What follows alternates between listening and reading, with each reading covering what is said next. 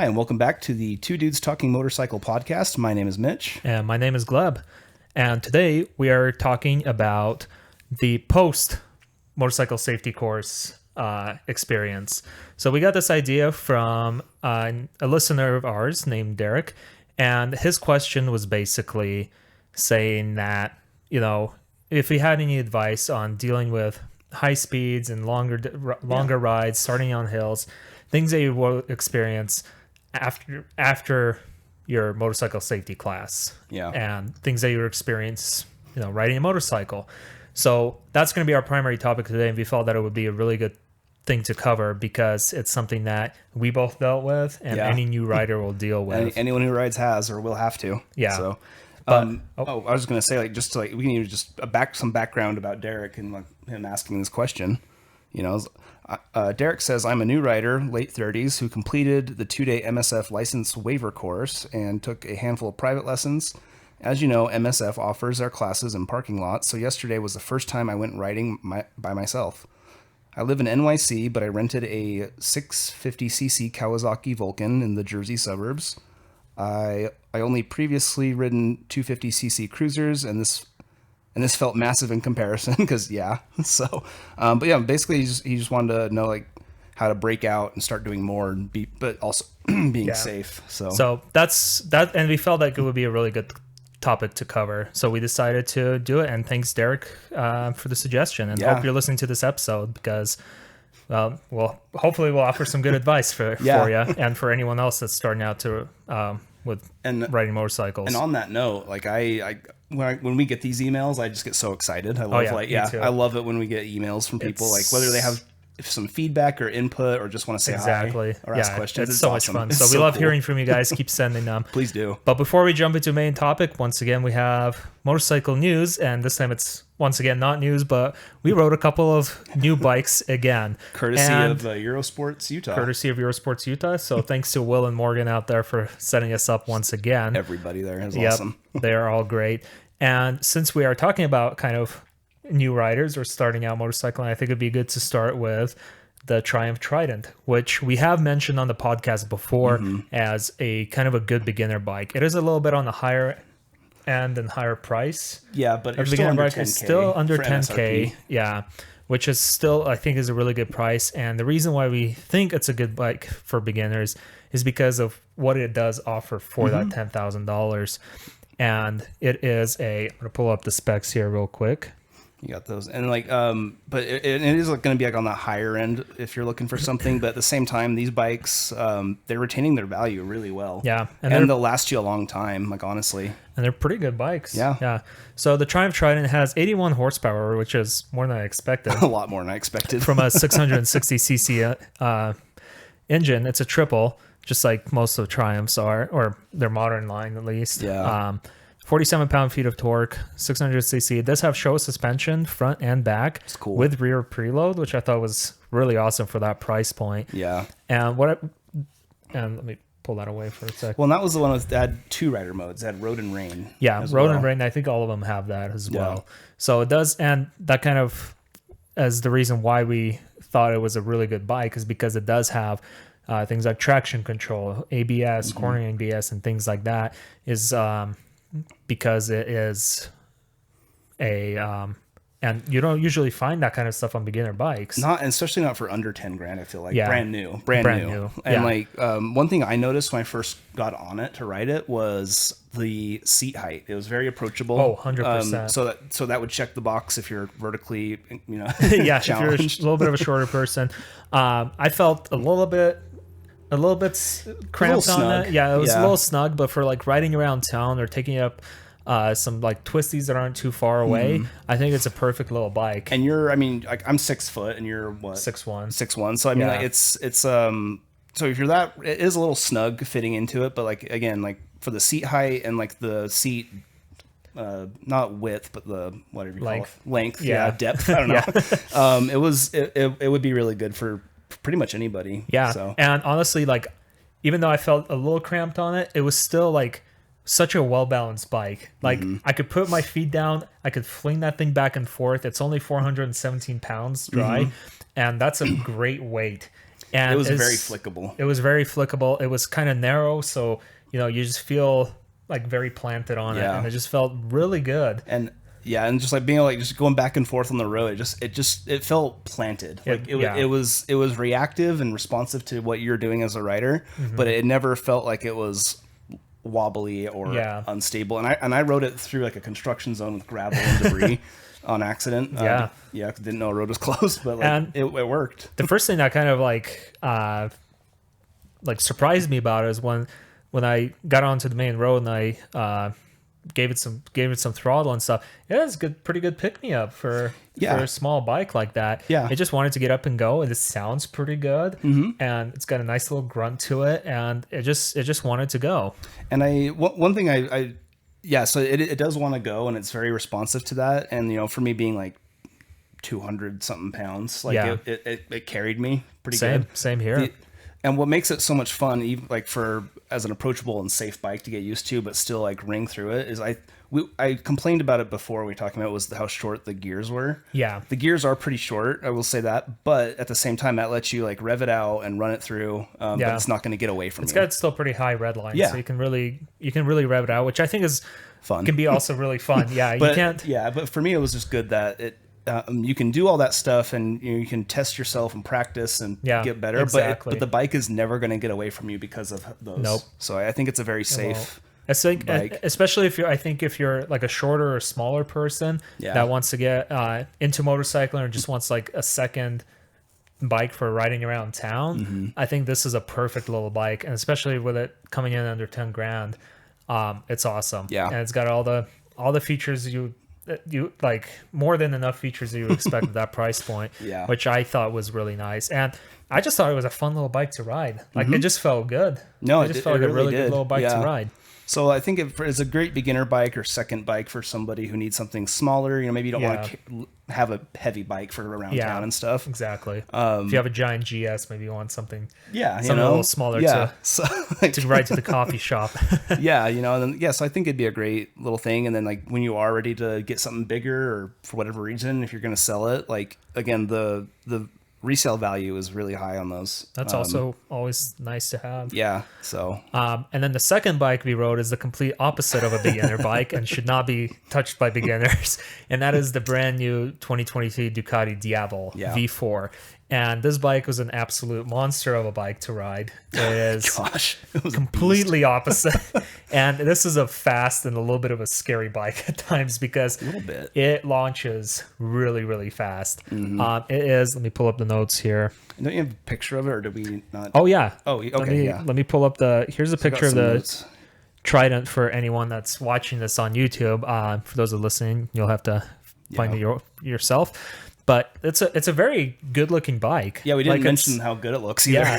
Yeah. So it just kind of has this kind of like, it's almost like a little modern retro look with the round headlight and stuff to it. Yeah, a little bit. But not like a retro classic, like not a modern classic look. Yeah, but the profile definitely gives off street triple. Yeah, 100%. And I think it's a fantastic looking little bike. I think I was very pleased with it. Like I even considered like, actually maybe I'll add this to my list for like a second bike. But we'll see. So and back to the Diavel. This is what I got your Diavel. Yep. Oh.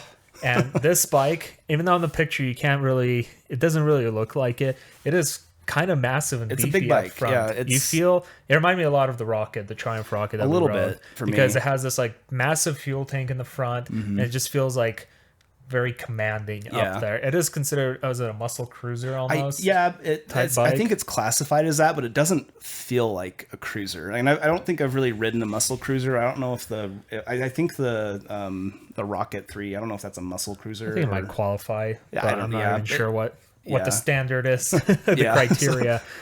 But no, it was very fast just in the regular mode. It was... Boy, that torque could just throw you back. It was awesome. So it has an 1156 or 58 cc engine, 168 horsepower, which is too short of the Multistrada, and 93 pound-feet of torque. And this is the most important spec that it has. According to Ducati, it does in fact have 2 seats. Yeah, in case that's right. anyone's wondering. It is a two-seater. It is a two-seater. And the really cool thing is that these V4s from Ducati that they have, not the ones that are found on like the Street Fighter or the Panigale, which are their like high output race engines, basically. Yeah. It's a kind of a variant of this. But the ones that are found on the Multistrada and on the Diavel, they have really long service intervals, a whopping 36,000 miles between valve checks and valve adjustments. And I think that is phenomenal.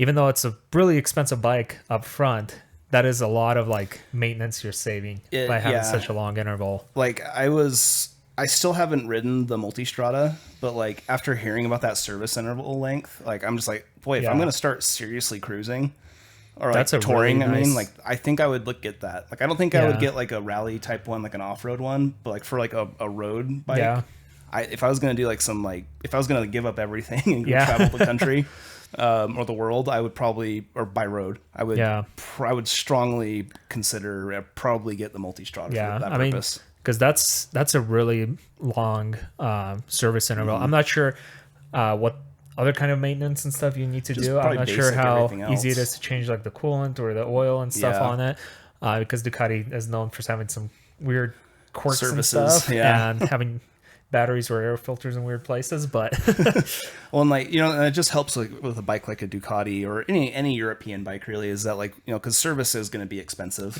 But if you can stretch out the length like they have, like that's probably not going to be, it's going to help out a lot. Because compared to other adventure bikes, big adventure bikes, the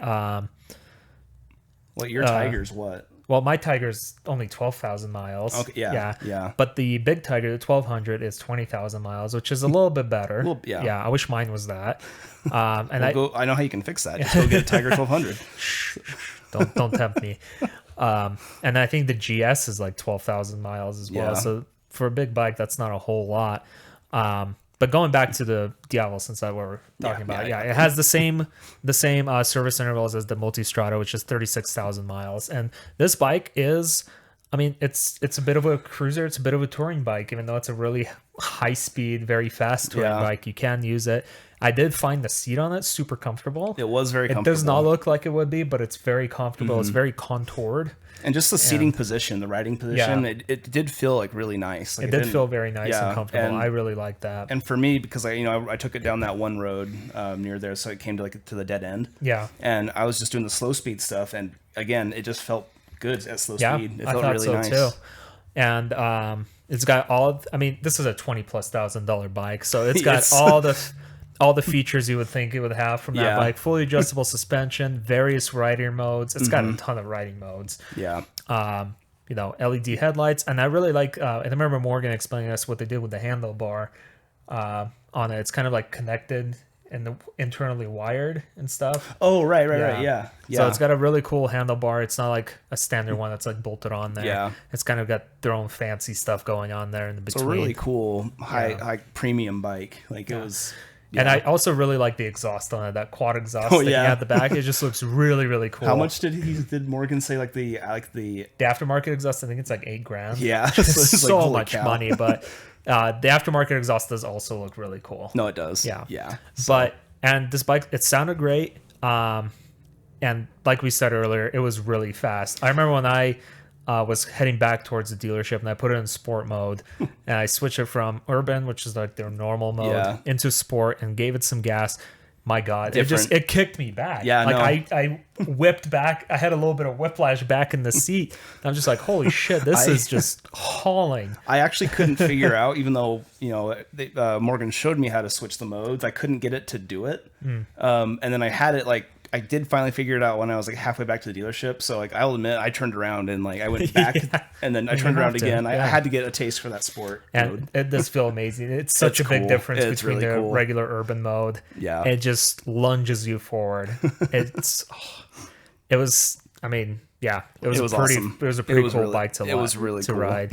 And I think it also looks really good. I especially liked how the back wheel on it looks. Yeah, it's fat. It's a big back tire and wheel. It's really cool. I mean, probably like almost like your tiny little economy car size wheel in the back, just like the Triumph Rocket. Yeah, the Rockets. Yeah, it's got a massive back wheel. But overall, yeah, I really enjoyed riding that bike, and I found it. I mean, it's pretty sweet. I don't know if it's a bike I would buy personally, just because I don't think I have a need for that kind of specific bike. But Yeah. I really enjoyed riding it. Yeah, and I would say like I thoroughly enjoyed it. I think if someone wants a Ducati, they want that super cruiser muscle Yeah. muscle cruiser. Yeah. cruiser. So like I think it's really cool, really awesome. I But, think so too. Yeah, So should we move on to our? I main think so. topic now? I think we've rambled enough about think we those have. awesome bikes. So, If you have a dealership, go check them out. yeah. And once again, thanks to Eurosports Utah for I letting am- us take those out for a spin. Yeah, well, I'm definitely getting like a second bike. Like I'm not replacing my Scrambler, but I'm getting a second Yeah. bike hopefully within the next year or so, and I'm definitely getting it from Eurosports. Oh, They've been helping us 100%. out a ton, Yeah. and yeah, I just want something. Yeah. I want We I all want something more. lower to the ground. Yeah. because I love my Scrambler, but it's a big bike. It is. All right. So the post motorcycle safety experience. Yeah. I guess let's start with you. So when you got done, and just for a little bit of background for our listeners, I got my motorcycle endorsement and completed an MSF course about a year before I actually bought my first bike. Okay. Yeah. So I completed in June 2019. I got my bike in May of 2020. Yeah. But you got Yeah, so I when I decided I was going to get into writing, and I'd spent before I even took the MSF, I watched hours of YouTube videos on motorcycles, like Dan Dan the Fireman, Yami Noob. Was it Two Brothers? So the guy who like rode some Triumphs or something in California. the Some Bag of channel. Brothers. Yeah, Yeah. Bag of Brothers. I watched Yeah. their stuff. That's so the I- channel that got me into motorcycle. I was just like, I want to do that in the future. Yeah, so leading into pre MSF, it was like a lot of YouTube watching videos, research and stuff like that, what to expect in an MSF. Yeah. And then it was March of 2020. It was actually right as COVID was announced. Yeah. We hadn't gone into lockdown yet. I did the MSF, and then we went to lockdown. Oh. But I remember like I saw somebody who was also there for the class, and I was like, "Oh, it was nice to meet you." And I just instinctively went to shake their hand, and they're like, Yeah. "Oh no, it's a virus, It was virus." that time. Yep.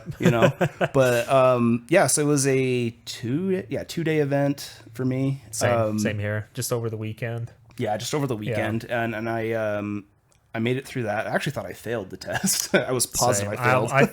They told me I failed the one for like the 6 or the unlimited endorsement Oh, and yeah, stuff. yeah. But then the guy just marked it off for me. So Yeah, but but after that, it was that day. Oh wait, no. I apologize. Leading up to the MSF, I went and bought my own helmet because I didn't want to Okay. wear some. Smart. Yeah, I did wanted not. my own. So I bought my first helmet, then did the MSF, and like the day I got the little card for passing, Yeah. I went to Cycle Gear and I bought gloves and a jacket.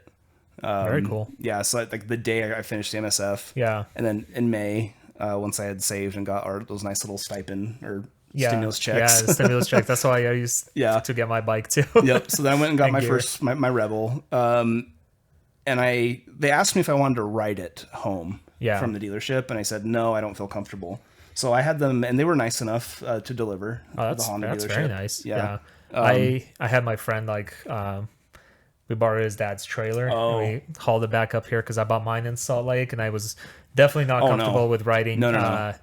on the freeway back to where I live, and it's about like 30-minute plus ride, and I'm like, I can't do like 80 miles an hour. I on was the freeway on my nowhere bike. near prepared to do that. God no! It took me probably maybe like a few weeks before I rode on the freeway.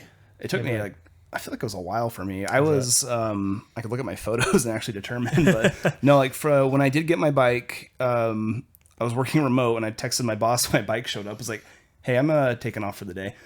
So, Smart, very nice. And in the neighborhood, there's like a giant church parking lot. Again, Yeah. if you're in Utah, you know what that There's means. a church everywhere. Yep. Yeah. So I just very carefully rode it through the neighborhood to the church parking lot and started doing the MSF stuff that Yeah. I learned. But so let's so talk to me about what it felt like when you finally moved away from the neighborhood and got Yeah, onto yeah. like the big city streets, and then eventually the highway. And Yeah, so and that was, I think I mentioned it in our previous episode, that the first time I actually got out of the neighborhood, I rode to a coffee shop that I like, and then I met some other riders there. yeah. And so like that, and that was nerve wracking. I'll be honest, I was very nervous. And part of it, and as brought up in Derek's email, a lot of it getting to that coffee shop, because it's at the mouth of Big Cottonwood. Yep. There's a hill you have to go up, pretty steep. Oh yeah, It's yeah. like a hill all the way up. And that's one of Derek's questions is like some And I tips stalled. for a hill start. I stalled twice, I It's think. so easy to stall. Yeah. I still stall plenty, especially if I get on a bike that I haven't ridden yeah, before. yeah. Because I'm still trying to figure out where like the friction zone the ends friction and- zone yeah. is, and some bikes have a much smaller one than others, so it can be a little tricky, like trying a new bike and figuring that out. But no, I think I can't remember what time. I know I went during like the middle of the day. I think it might have been a weekday or something. I honestly just don't remember when, but I remember that I made a point to go like when I figured traffic wouldn't be as big of an issue. Makes sense. So and the roads were okay. There were some cars obviously, but Yeah. it wasn't too bad. But no, I just took everything that we were taught in the MSF and from Dan the Fireman's videos of just like, hey, like head check everywhere. I'm aware of everything behind me. Yeah. You know, it just takes practice. It really does. But you just have to get out and do it. You have to mitigate your risk, you know? Yeah. And accept it. Accept it. Like, hey, I'm going out on the road. I am going to practice and get better. But in terms of like figuring out your friction zone and going up and down hills, like, because obviously I didn't become a master at like not stalling over in a one day. As I was post MSF getting better, I would just like rock the bike back and forth with the friction zone at stoplights. So it's like, okay, so you here's get a really here good it feel is. for it. And even on a hill, it's like, okay, it needs a little bit more gas. Just find the friction zone, because you can feel like it doesn't have quite enough power to move the bike when you're on an incline. So you but you can feel a little bit of engagement, and you start giving it some gas, and it starts going forward. It just it just takes some practice. So for those that are new to motorcycling, hill starts are probably, it's like if you grew up driving like a manual car, if you drive a manual car, you all know what it feels like to start on the hill. You get that little feeling of rolling back sometimes, which can be a little bit nerve-wracking, especially if you're not used to it, especially on the bike, because those aren't supposed to go backwards. But just like in the car, but yeah, like Mitch mentioned, you have to kind of figure out where your friction zone is, figure out where that clutch is like starting to, the bike wants to lurch forward, like move forward a little bit. But if you feel it rolling back, give it some gas. Motorcycles have a wet clutch. For most motorcycles have a wet clutch, so you're not gonna destroy it. Yeah, you're not gonna destroy it by like revving it with a clutch, with it not fully disengaged and stuff. So yeah, you'll be fine. You'll be fine as long as you're not doing it like for the longest period of time possible. You're not gonna burn out your clutch. No, you'll be okay. And I just wanted to say too, Gleb, that it was like for me, you can find them like little pull-in areas, driveways. Like my driveway has a slight incline, and I would practice that too. I'd walk it out with the clutch, that's a good idea, and I'd roll it up with the friction zone, and then I'd pull it in and roll back down. I just thought of another good spot. If you find an empty parking lot, speed bumps. Yeah, you just park it up on the incline with speed bump, and then feel because you'll feel it roll back. And you're close to the ground, so you'll eventually even out. So I don't think that's a bad idea either. No, honestly, practice on an empty parking lot with speed bumps. Yeah, just let it roll back and forth. And like I said, you're not going to kill the clutch. No, but in terms of like getting out on the roads and stuff, it did take me a while too. I was going to ask you the same thing, but like I'll tell my first freeway experience after. But I was going to ask you what you did. So yeah, I didn't practice as much as I should have probably before going out. But the first day I brought my bike home, I basically rode out. I mean, I live in a pretty suburban area, and all the roads here are just straight. There's barely any twisties around here except for like a couple of turns and stuff. So I just kind of rode at a nice calm speed. It was a Saturday. I think it was a Saturday, so it wasn't like super busy outside, which is kind of nice.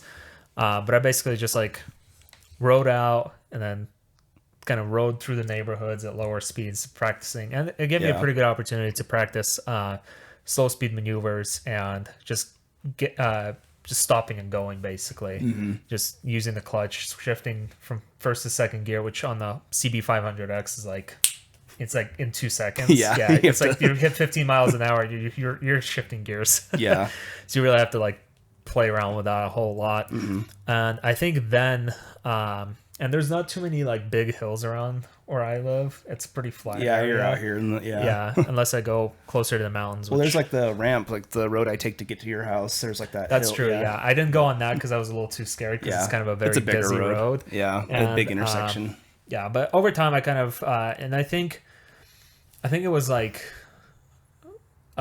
like either a weekend after or maybe even the next day, I took the bike on a slightly longer ride. It was still through the neighborhoods, but I went kind of higher speed roads, and it's a Sunday, so it wasn't as busy. Yeah.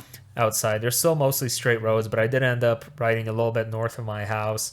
And there was a couple of places where it's more hilly, and I remember it was like a slight hill, and I just stopped on it. There was no one around, so I kind of just did the rocking back and forth to see where it's going. And then it also clicked for me. I was like, wait a minute, I have two brakes. I have the front and the back brake, unlike in a car where I have to use the same foot for both the gas and the brake. Yeah. I'm like, hold on, I can give it some gas, hold the clutch in, and have the brake applied at the same time. So that's what I did. I put only one foot down. I held the back brake, and then just kind of felt it, and then slowly let go of the brake too. That's exactly what I was going to say. Is if you hold the just not like jam it close, but just hold it enough to hold the bike in place. Light pressure on the rear brake, and then like as you start to give it gas, start to release it, and if you're not moving, give it more gas. Yep, and walk the clutch out. Yeah, you just start moving, and that's what I did. And then I got on to if you're familiar with Utah, the 89.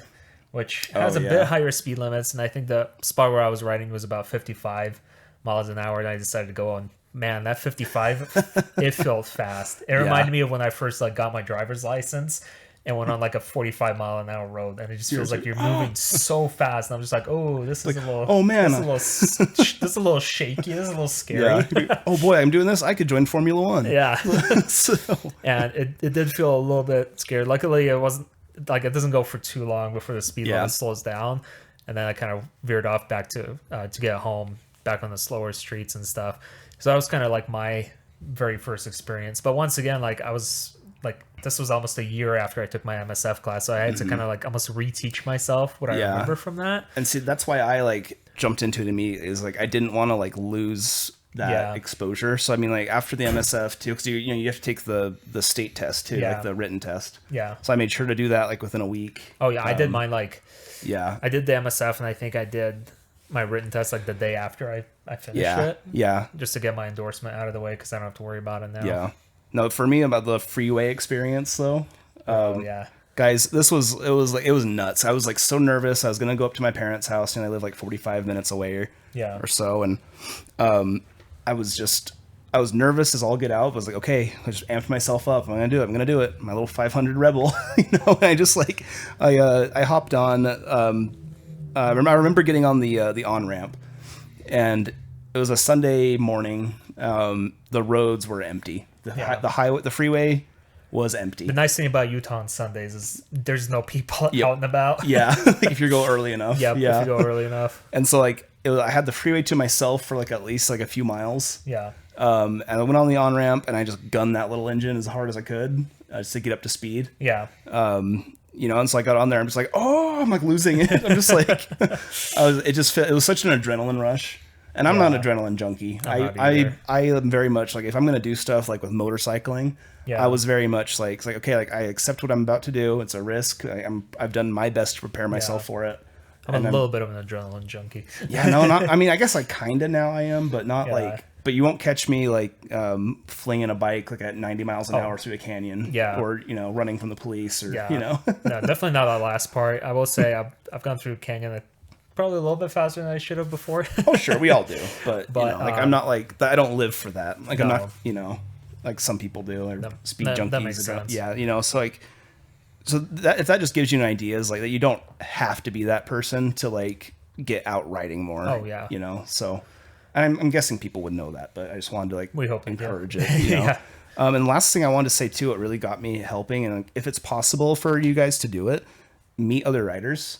Because like I mentioned 100%. With those people I met at the coffee shop for my first time getting out, like they invited me on some more rides, and they actually took me on my first canyon ride up Little Cottonwood Canyon. That's fun. And I was nervous as all hell. Yeah. You know, I was like, oh my gosh, I'm going through a canyon. I got to go fast and gotta around go corners. twist, I got to yep. deal with cars. Yeah. Oh yeah, that would be. Plus those canyons near your place they're pretty narrow. They are. A lot Yeah. of spots there's blind corners and everything like that. So yeah. And hills. I'm going up hills Yeah, and down that's hills. true. And I have to do like lean and, you know, go through Yep. curves, like, you know, at angles going up and down a hill. I think it was maybe a week or two after I bought my bike, my first bike. I rode through Ogden Canyon, which is also lots of blind corners. Not as uphill as the Cottonwoods, Yeah.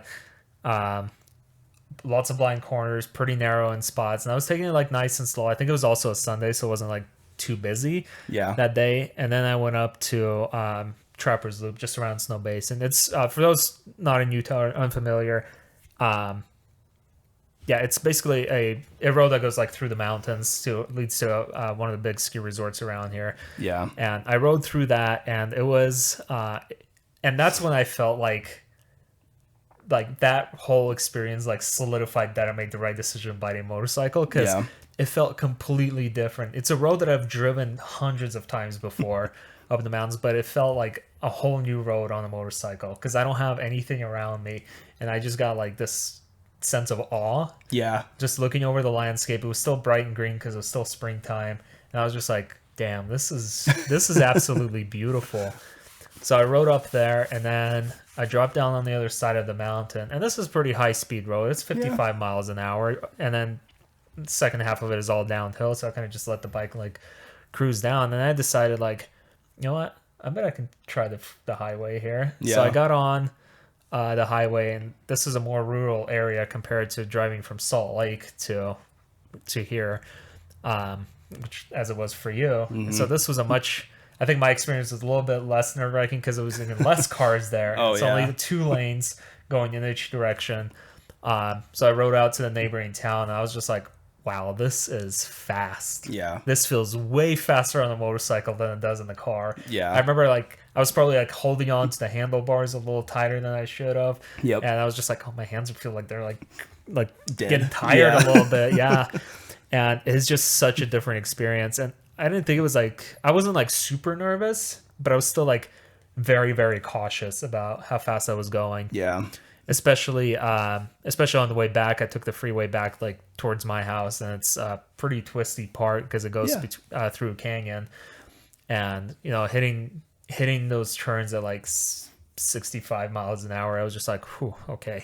Yeah, I know. This is that was, I mean, it was a little, it was like it wasn't like scary, but it was a little like, it's a tiny bit nerve-wracking. No, yeah, it's a new experience. You're expanding you're pushing your limits, your Definitely, boundaries. You know, definitely. one thing I remembered after, just remember what you were saying, that is like, I remembered how much more resistance there was on the bike for counter steering going at those speeds. Yeah, exactly. Like, Like you really had to like push Yeah. it in quite a bit more than at lower speeds. Yeah, so it's just like, you know, you just got to be ready to like not fight the bike, but you got to be ready to put in like more effort. Let it know what you want to do. Exactly. Yeah. I agree. Because I remember going around there's a curb taking like the freeway up to you and like or to my parents' house since they're close by too here, but like yeah, it was a left curve on the freeway. Yeah. And it had like a little slightly bump with like a little dip, so it was Yeah. like it was kind of violent, but I Yeah. wasn't pushing it hard enough, and so I really had to. So I started to drift out of the lane, so I had to Yeah. like lean more and push Especially harder. since your first bike was a cruiser. Yeah. Like you need And it had bit those more fat push. road tires. Yeah. So Yeah, and I guess that's another good point to bring up is that it very much depends on your bike. Mm-hmm. Because Derek here, he was saying that he rented a Kawasaki. Is it the Vulcan 650, right? yeah. And that's a pretty beefy bike. It's a and big- it's a it's cruiser. tall. Yeah. No, not the no, Vulcan. no. Oh, you're right. No, that's the Vulcan. I was thinking of the Versus. No, he had a Vulcan. Yeah, the Vulcan is a pretty Yeah. it's a cruiser. Yeah. It's a cruiser. It's low to the ground, but it is it can be on the heavier side. It is, and certain bikes require a bit more effort to push around. Mm-hmm. I mean, if you're out on like a Ninja 400, Thing's gonna fly around. You're gonna be flicking that thing back and forth. But if you're on like a Harley or a Vulcan or something beefier, you're gonna put in a little bit more effort to turn it. It's like driving a compact car versus like a giant SUV, or something like that. And that's like that just made me remember what I was thinking of, like as we were preparing for the episode, like leading up, you know, since we were ahead or wherever we are. But one thing that really helped me like be more confident in the bike too I just did the T clocks, all of it. You check, Oh, run through yeah. everything. Like Very smart. You know, and I'll admit I don't do it as much now. But nowadays, don't all I either. do is like I just do the basics: I do tires, lights, yep, brakes, tire pressure. yeah, tire Yep. pressure, and all that stuff. You know, and then like so that's all I do now. But back then, I was like running through it. It's like, hey, Yeah. everything's good. You know, and just having that, yeah, there's that. And so just running that. Running through that just gave me more confidence in the bike, and it also gave me confidence in myself. It's like, as a rider, I'm doing everything I need to do to be better, to get better. So one of the other things Derek had questions about was riding between traffic. So like he said, it was a little scary and stuff to be I can't imagine around New York. cars and stuff. Even Jersey, Jersey, is where you get- Jersey suburbs, but because he said in NYC, right? Yeah. Yeah. But anyway, so they, he was talking about how, to start back up without rolling back and stuff, which we also talked about. But then, hold on. But anyway, let's talk about the traffic. Yeah. So we've gone. Yeah, we can go move to traffic. So traffic is probably it's this thing that still makes me the most nervous is, I mean, a car will always win over a motorcycle in the event of an accident because that's just the way it is. It's because of the way that it is. Just the way the wind blows. So you have to be very, very vigilant. Yeah. Driving and riding around other cars and stuff is because it is such. You have to be careful. Motorcycle, especially here in the States, I feel like people, maybe except for California, where it's maybe like filtering Weather's display and stuff, yeah. and you get more riders. But depending on where you live, motorcycling is mostly a hobby. It is not a primary mode of transportation. For the States, yeah. For the States, yeah. If you live in like Southeast Asia, Europe and stuff, you have plenty more places, especially like when I lived in Italy. I remember like there's so many scooters everywhere, especially like in southern Italy. Everyone had those. So I think people the are land like, of Vespas. Yeah. So I think people are just like expecting or and looking for them a bit more. But here in the States, and that's where most of our audience is here in the States. So it's not a primary mode of transportation for most people. It's recreational. It's recreational. So a lot of drivers aren't really aware and aren't really looking for other motorcycles, no matter how many PR campaigns, local police departments and states put out. Yeah. They're not looking for you. And the advice you always hear, and we've always heard online, is basically like drive like everyone, or ride your bike like everyone's trying to kill you. Yep. And that is a very good advice to go by, is because it's kind of true. Yeah, I mean, you know, like, yeah, you assume that role that they're trying to kill you, and you know, it's just more of like, and another way to look at it is like ride as if you are invisible. Yeah, imagine just get it in your head that any rider, even if they look like they're making eye contact with you, they can't see you. They might not see you. I just assume that they can't. Yeah, and that's a very good thing to assume.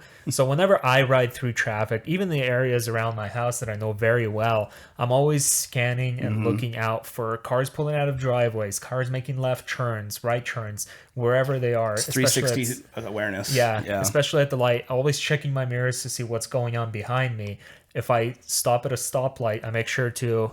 We have lane filtering here in Utah, which is pretty nice, but it's also not on all roads. Yeah. And sometimes, you might not have enough room to filter, or something prevents you from filtering. But I always make sure to kind of stop, not directly behind a car, but almost like on the line, so I'm in between cars.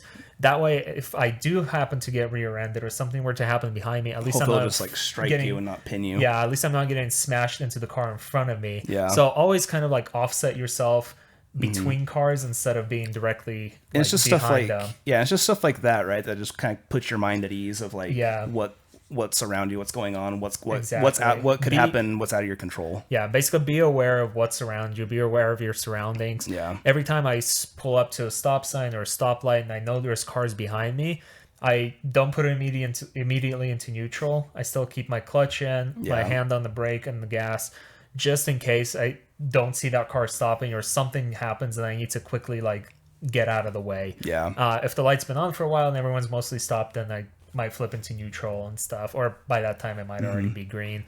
But I think that's the most important thing, especially riding around traffic, especially in like cities and stuff, is that you have to be paying attention and, like you said, pretend to be invisible. Yeah, just like that. Just accept that that's your reality when you're on the bike. That you are invisible to these people, and boy, and I.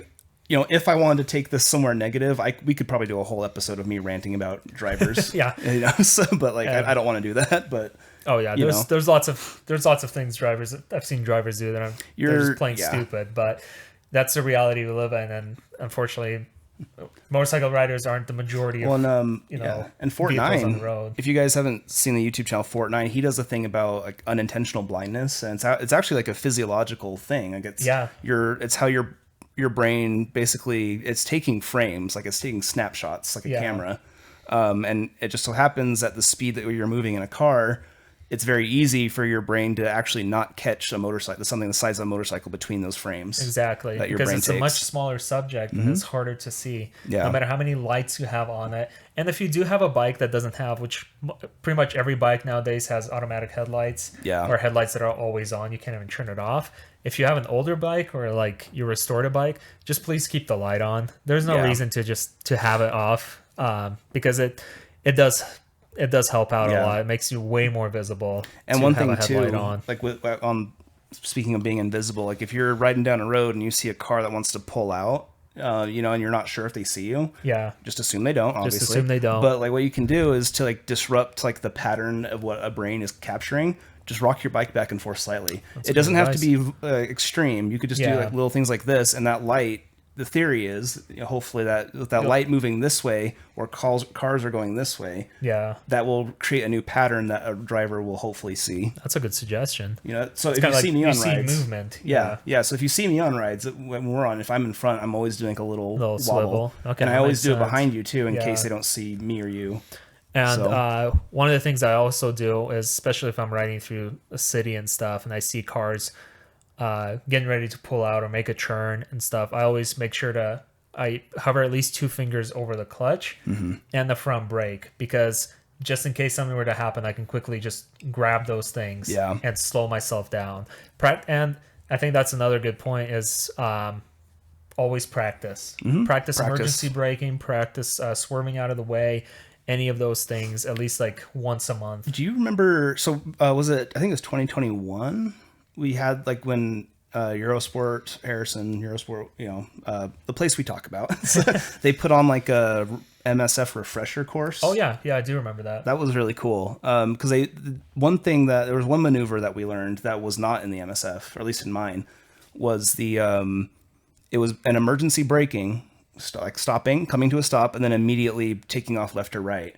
I think my MSF did have that. Did they? Maybe, I can't remember. Because I remember for me that was like eye opening. Because it's like the emergency braking maneuver. As you guys, if you've done it yet, it only really focuses on making the stop. It doesn't talk about quickly getting out of the way again. Okay. Because like how often could it be that you have to emergency brake, but then the car behind you is approaching because they have more weight. They can't stop as quick as you. Okay. No, that makes sense. I think that's a very good point.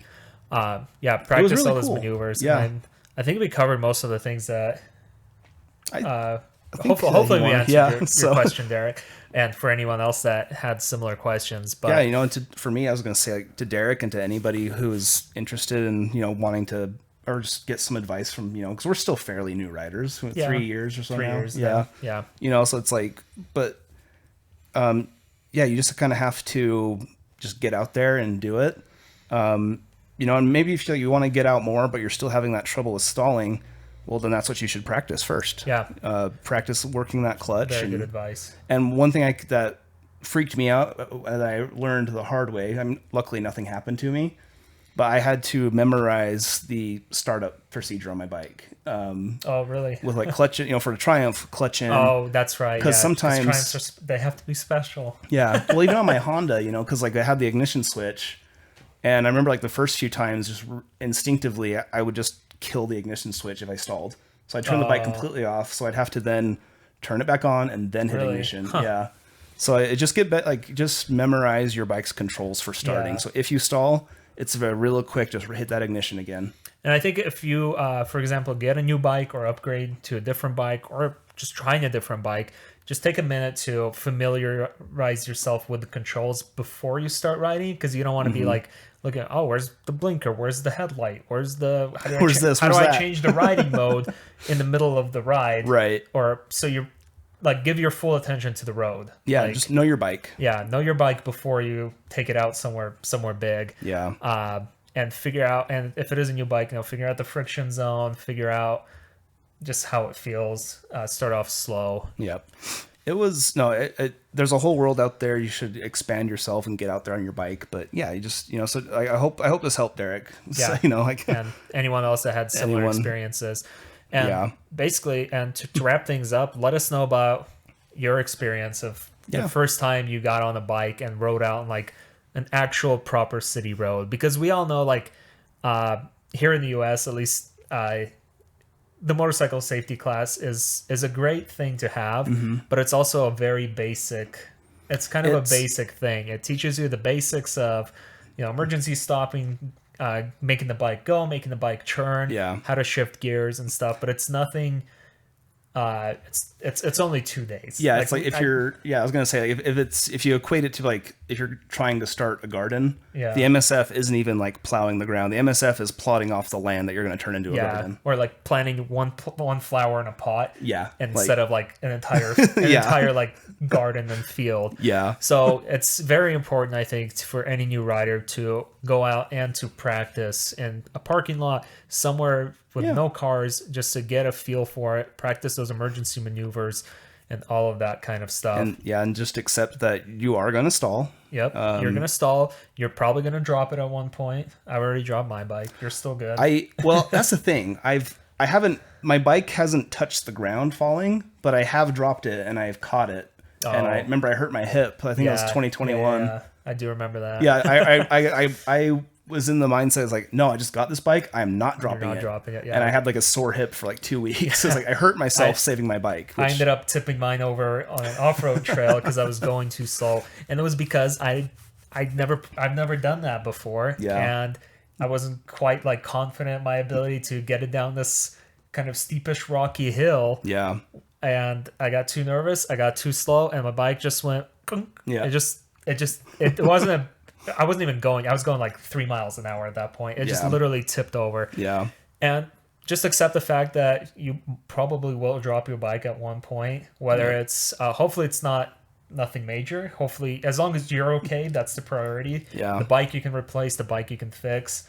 Your body is way more important than the bike for the most part. Yeah, I made the wrong decision probably. Yeah. I mean, you caught it still, and it's fine. It's not like you hurt yourself in the process. Well, I did, but other than making yourself sore. Yeah, but like, no, it hurt, but like I got better. Yeah, but I'm talking about like a serious accident or injury, crushing an ankle. Because sometimes you might even forget to put your kickstand down, and your bike will just tip over. And I had a couple of close calls with that myself, where I did do that with my Rebel. Forgot to put the kickstand down.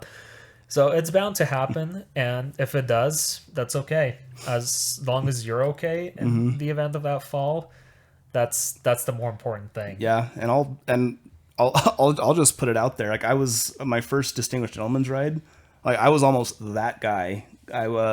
We were leaving and we had our bikes all in a row parked, and I realized I had to zip, but I had to do something. So I like let go of the bike, and because I thought my kickstand was still down, and it wasn't. And I was almost that guy that tipped almost everybody's bike over. I caught it. Yeah, I caught it. Even Luckily, more embarrassing than dropping your own. Oh yeah, I was mortified. I'd probably move countries, shut up, states, countries, and now everybody knows. So now everybody knows. But nothing happened. No, it was fine. It was fine. No harm. Yeah, you're past the statute of limitations to be embarrassed. Yeah, sure. So, but no, so yeah, you're gonna have these moments, and but yeah, hopefully you're safe. And so I guess to summarize, just congratulations on riding, though. Congratulations on getting your first bike. Remember, you are invisible, and everyone's trying to kill you. Yep. On the freeway. Oh, one thing we didn't touch on. Let's do it really quick. Before we wrap up. Dealing with wind. Ugh. Yeah, wind is much worse than you would think. If you have not ridden a motorcycle yet, and you're watching someone ride on TV with their, perfect hair or helmet, and just being totally calm. It's nothing like that. A giant semi passes you, you will feel your bike move. You get that air burst, yeah. If you're behind a semi or any car, you will feel a lot of turbulence and buffeting. And I think one of the biggest things that motorcycling taught me is feeling the wind. Yeah. Like I can already know behind which cars air feels worse than others, and how it just affects my ride. Yeah. And crosswinds are a bitch, and they will move you to the side. So it's one of those things that is scary at first, but just know, hug your bike a little bit more with your hips. Yeah. And one thing you can do with crosswind too, thighs.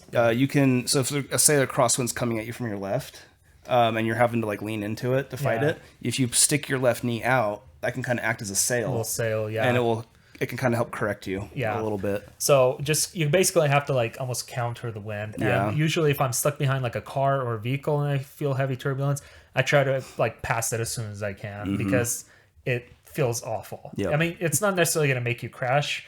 I mean, it's just not comfortable. It's just not comfortable because you're feeling your helmet like bobble back and forth and stuff. It detracts from the experience. Yeah. So usually I try to pass. So it's one of those things that you just have to get over it. Yeah. It'll be loud. And also wear earplugs. Yeah, wear earplugs for highway. Your hearing does not come back once it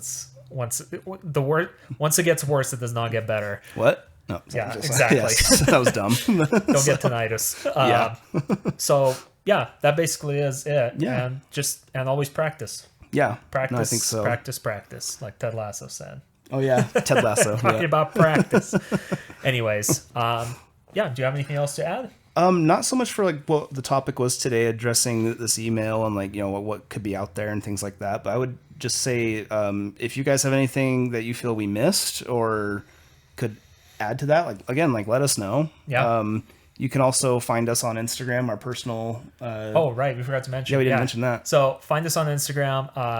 I'm at Gleb Lapham on Instagram. And I am Meech2D Beach. And we just launched our, we have our, TDT, at TDT Motorcycles on Instagram for the podcast's Instagram. And also feel free to send us your emails at tdtmotorcycles@gmail.com. We are, like Mitch said, we are always happy to hear from our listeners. It makes me happy every time we hear like a long email. I'm like, okay, people are actually listening. We're like, people are asking us questions. Like, or, like that feels so cool. And like, and on that note too, because we even had a few people reach out and like, it was a, who was it here? I think, it was Philip. He emailed us and he just let us know. He's like, hey, I've ridden with basically 250,000 miles over his belt, and he's got a dozen bikes and still going. So thanks, awesome. Phil. Like, even just reaching out, you don't have a question, you just like want to let us know and talk to us a bit. Thank you so much for listening. Yeah, thanks for doing that. And then we got David too, who reached out to us. I think he was asking about some like inexpensive ADV bikes, which is a tough market because ADV usually have more features and stuff, so however much budget you have for that. But really, thank you guys for reaching out. Thank you so much, and thank you for listening, and feel free to share this with your riding friends and non-riding friends and whoever else. And I'm thinking like, I'm curious to know if they would like to have that, if listeners would be interested in like us doing an episode on reviewing our gear. Yeah, let us know if you are interested in that, and that's something we can talk about in the future. Yeah. So all right. Well, thanks, thank guys. you very much, and we'll see you next time. Take care.